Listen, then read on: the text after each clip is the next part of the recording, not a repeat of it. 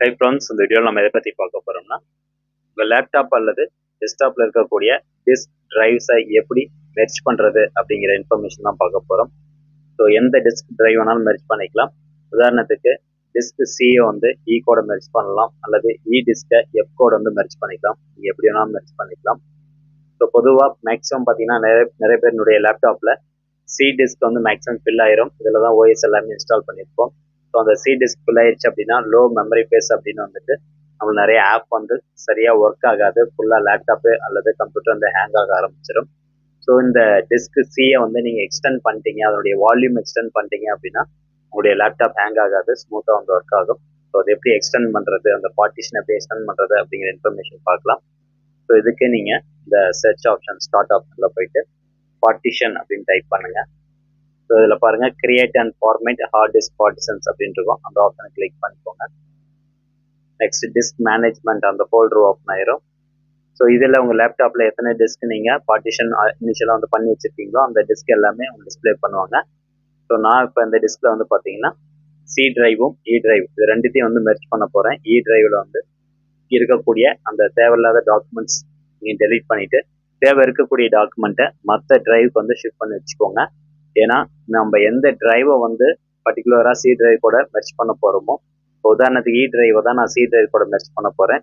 So அதனால் இ டிரைவை நம்ம delete பண்ணிவிட்டு புதுசாக ஒரு வால்யூம் கிரியேட் பண்ணி தான் நம்ம சி டிரைவ் கூட மெர்ஜ் பண்ணுற மாதிரி இருக்கும்.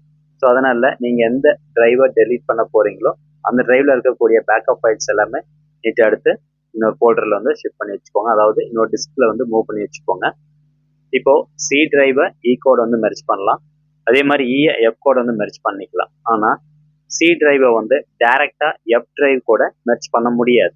ஆனால் மெர்ஜ் பண்ணலாம். எப்படி அப்படின்னா, இப்போது எஃப் டிரைவில் உங்களுக்கு கம்மியாக தான் டாக்குமெண்ட்ஸ் இருக்குது, அதெல்லாம் தேவையில்லை அப்படின்னா இதை நீங்கள் டெலீட் பண்ணிடணும். வால்யூம் வந்து டெலீட் பண்ணிவிட்டு இ டிரைவில் இருக்கக்கூடிய அந்த டேட்டாஸ் எல்லாத்தையும் நீங்கள் எஃப் டிரைவுக்கு மாற்றிடணும். மாற்றினதுக்கு அப்புறமா இந்த இ டிரைவுனுடைய வால்யூமை டெலீட் பண்ணிவிட்டு சி டிரைவ் கூட மெர்ஜ் பண்ணலாம். அந்த ஒரு ஆப்ஷன் இருக்குது. அதாவது சிம்பிளாக சொல்லணும்னா, எந்த டிரைவுக்கு வால்யூம் இன்க்ரீஸ் பண்ணணும்னு நினைக்கிறீங்களோ அந்த டிரைவுக்கு ரைட் சைடில் இருக்கக்கூடிய டிரைவை தான் நீங்கள் டெலீட் பண்ணிட்டு லெஃப்ட் சைடில் இருக்கக்கூடிய டிரைவுக்கு வால்யூம் இன்க்ரீஸ் பண்ணலாம். இப்போ சி டிரைவினுடைய வால்யூம் நம்ம இன்க்ரீஸ் பண்ண போகிறோம் அப்படின்னா இ டிரைவை நம்ம டெலீட் பண்ணிட்டு இதில் இருக்கக்கூடிய அந்த எம்டி வால்யூமை தான் நம்ம சி கூட மெர்ஜ் பண்ண முடியும். இதுதான் கான்செப்ட். ஸோ ஒரு டிரைவ் தள்ளி அடுத்த டிரைவை வந்து நம்மளால சி கூட மெர்ஜ் பண்ண முடியாது. ஓகே, இப்போ நம்ம எப்படி மெர்ஜ் பண்ணுறது அப்படின்னு பார்க்கலாம்.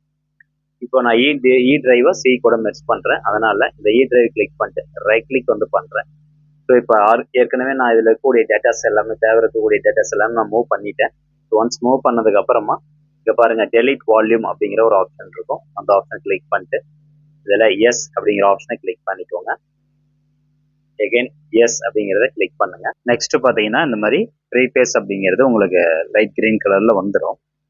இப்போ ஒரு சில பேருக்கு வந்து பார்த்தீங்கன்னா ரைட் கிளிக் பண்ணும்போது அந்த டெலிட் வால்யூம் அப்படிங்கிற ஆப்ஷன் பார்த்தீங்கன்னா உங்களுக்கு எனேபிள் ஆகாமல் இருக்கும். உங்களால் கிளிக் வந்து பண்ண முடியாது. ஸோ அந்த மாதிரி இருந்ததுன்னா அந்த ப்ராப்ளத்தை எப்படி ரெக்டிஃபை பண்ணுறதுன்னு நம்ம சேனலில் வீடியோ போட்டிருக்கோம். அதுக்கான லிங்க்கும் டிஸ்கிரிப்ஷனில் இருக்குது. ஸோ அதை நீங்கள் செக் பண்ணி அதை நீங்கள் கிளியர் பண்ணிக்கலாம். ஓகே, இப்போ வந்து பார்த்தீங்கன்னா நம்ம டெலிட் வால்யூம் கொடுத்தோன்னா இந்த மாதிரி ஃப்ரீ பேஸ் எவ்வளோ ஜிபி அந்த டிரைவில் இருக்குது அப்படிங்கிறது வந்துருச்சு. நெக்ஸ்ட்டு இந்த இதையே வந்து ரைட் கிளிக் பண்ணி டெலிட் பார்ட்டிஷன் அப்படிங்கிற ஆப்ஷனை கிளிக் பண்ணணும். அதை கிளிக் பண்ணி நெக்ஸ்ட் எஸ் அப்படிங்கிற ஆப்ஷனை கிளிக் பண்ணிக்கோங்க. ஏன்னா ஃப்ரீ பேஸ்னு மட்டும் இருந்தால் உங்களால் சி டிரைவில் வந்து ஆட் பண்ண முடியாது. ஸோ அதனால தான் நம்ம பார்ட்டிஷனை வந்து டெலிட் பண்ணிவிட்டு இந்த மாதிரி அன்அலாகேட்டட் அப்படிங்கிறது வந்துருச்சுன்னா போதும், நீங்கள் ஈஸியாக வந்து சி டிரைவ் கூட ஆட் பண்ணலாம். இப்போ சி டிரைவில் ரைட் கிளிக் பண்ணிங்கன்னா எக்ஸ்டெண்ட் வால்யூம் அப்படின்னு சொல்லிட்டு வரும். ஸோ ஜஸ்ட் அந்த ஆப்ஷன் நீங்கள் கிளிக் பண்ணிவிட்டு நெக்ஸ்ட் அப்படிங்கிற ஆப்ஷனை கிளிக் பண்ணிக்கோங்க. இப்போ இதில் பார்த்தீங்கன்னா டிஸ்க் ஃப்ரீயாக வந்து 265 ஜிபி வந்து டிஸ்க் ஃப்ரீயாக இருக்குது. ஸோ நீங்கள் எவ்வளோ ஜிபி வந்து உங்களுக்கு எடுத்துக்கிறீங்களோ அதை நீங்கள் வந்து போட்டுக்கலாம் சி டிரைவுக்கு. இப்போ நான் ஃபார் எக்ஸாம்பிள் ஒரு 65 ஜிபி மட்டும் எடுக்கிறேன் அப்படின்னா ஜஸ்ட்டு 65 அதை மட்டும் கொடுத்துட்டு நெக்ஸ்ட் அப்படிங்கிற ஆப்ஷனை கிளிக் பண்ணி ஃபினிஷ் அப்படிங்கிற ஆப்ஷனை கிளிக் பண்ணால் போதும்.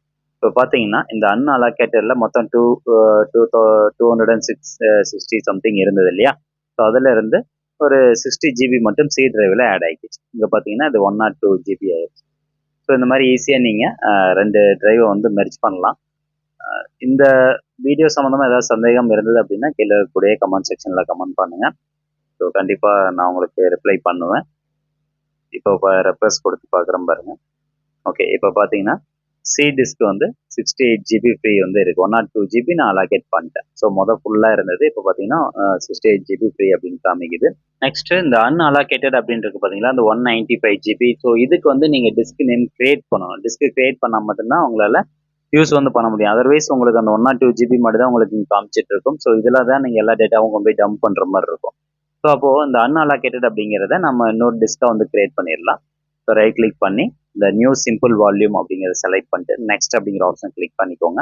ஸோ இதில் டிஃபால்ட்டாகவே மேக்ஸிமம் தான் செலக்ட் ஆகிருக்கும். இதில் மேக்ஸிமம் சைஸ் செலக்ட் ஆகிருக்கும். அடுத்ததான் நெக்ஸ்ட் அப்படிங்கிறத கிளிக் பண்ணிங்கன்னா உங்களுக்கு ஆட்டோமேட்டிக்காகவே அசைன் ஆகும். அந்த டிஸ்கினுடைய நேம் வந்து ஆட்டோமேட்டிக்காக அசைன் ஆயிரும். அடுத்ததான் நெக்ஸ்ட் அப்படிங்கிறத கிளிக் பண்ணிக்கோங்க.